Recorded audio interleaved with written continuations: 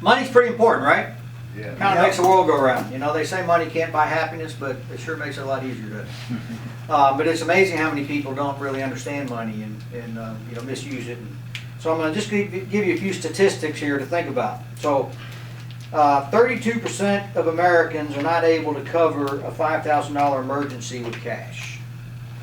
So what kind of emergencies come up, guys, every day? Car Yes. breaks down. Get your finger cut off. Yeah. Yes. You know, your air Car conditioner accident. breaks in your house. I mean, you know, we could go on and on. Those things You need to ride the happen. bus. Water heater. Only 32% of Americans can afford to do that without taking out some kind of debt. 49% of people cannot cover 1 month's expense if they lost their job. That's kind of frightening. Yes. 60% experience moderate to high level of financial stress.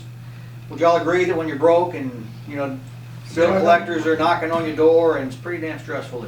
Your wife's Depressing. hounding you about not having money, or boyfriends, whatever. So yeah, it's very stressful. 20% say that the stress just gets worse, doesn't get better. 53% have less than $25,000 in retirement savings. No, I don't. And 43% of those are over 55. So that's kind of scary too, right? Wow. Think about the Terrifying. people who don't have income anymore and they've got less than $25,000 in the bank. You know, that's going to last them maybe a year. So a lot of frightening statistics out there, guys, and so it's really important to learn to manage money.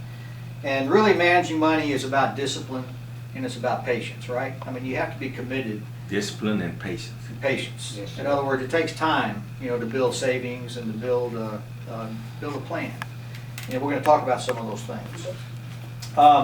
Little saying I like says, do the things you need to do now so that you can do the things you want to do later. Right? So a little bit of sacrifice now.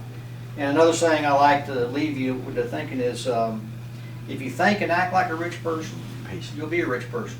If you think and act like a poor person, you're going to be a poor person. You know, that's just kind of the way it is. So if you think and do the right things, you know, it's going to benefit us. So let's talk about how we can. You can hear him okay? Yeah, I am good, Ms. Rose. All right, So sweetie. the first thing we need to do is set some financial goals. And so we're going to talk about how you can set up a budget to live by, and that's really important. So how about a show of hands, how many of you have bank accounts? Okay, so most everybody. Guys, you need a bank account. If you don't have one, you know, we're going to try to get one established for you. All right. One of the first things you should always try to do is establish a little emergency fund. And, you know, $500 to $1,000 so that you have available should something happen, you can go take care of those things. So it takes effort, again, to save that. And we're going to talk about good ways that you can learn to save money, little things that you may not have thought about that can make a big difference. So emergency funds are important. Ideally, you'd like to have about 3 to 6 months worth of expenses in reserve in case you do lose that job, right? What was the first thing? Excuse me. The first thing I said is that you want to have an emergency fund. Emergency You fund. know, $500 to $1,000, if you can. And then the second thing I mentioned is ideally, and I know this is difficult, guys, bear with me. Again, 3 to 6 months of expenses in reserve just in case something bad happens.